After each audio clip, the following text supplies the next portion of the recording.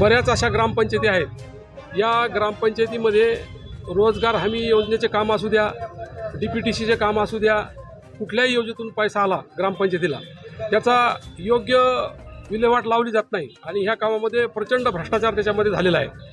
आमच्या शेवगाव गावामध्ये सुद्धा असा प्रचंड भ्रष्टाचार झालेला आहे।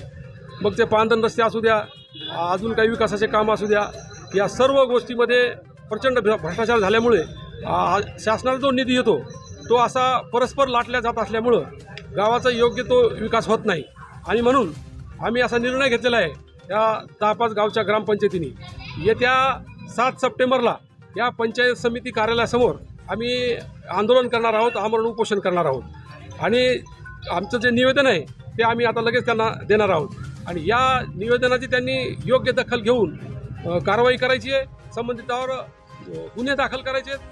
आम्ही अनेक वेळा निवेदन देतो, आम्ही अनेक वेळा इथं येतो, इथले कर्मचारी काही ग्रामसेवक दारू पिऊन ते इथं फिरतात, आमच्यासारख्या माणसाला येणं इथं मुश्किल झालेलं आहे।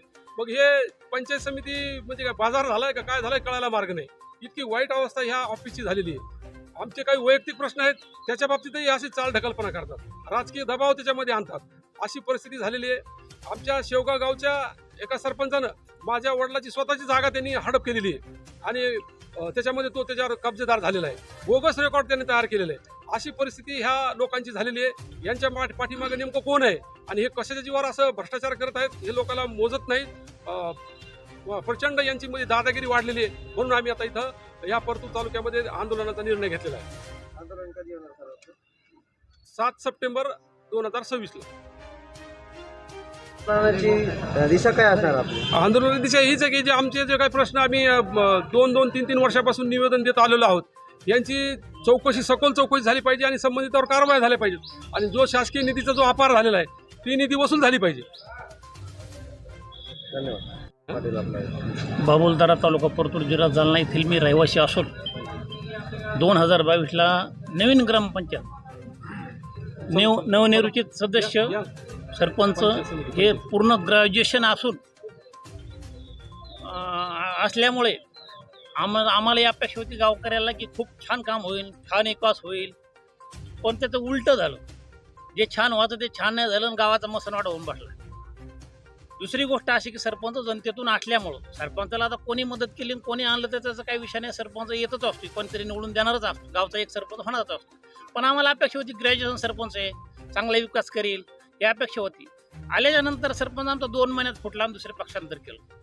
पक्षांतर केल्याच्यानंतर कुठलीही मीटिंग नाही, कुठल्या सदस्याला विश्वासात घेत नाही। 1-2 मीटिंग ग्रामसभा घेतली, ते 2 मीटिंगवर त्यांनी 2 मीटिंग ओरिजिनल घेतल्या, दाखवून दिलं की मी हे करणार ते करणार, लोकांना भुली पाळली, बळीचे बकरे केले की तुम्हाला मी घरकुल देतो, फुकट पैसे काढून देतो आणि असं लोक मिळून सह्या घेतल्या। सह्या घेतल्याच्यानंतर फक्त 2 ग्रामसभा झाल्या, त्याच्यानंतर एक सभा नाही, मासिक सभा कुठलीच 3 वर्षापासून झाली नाही।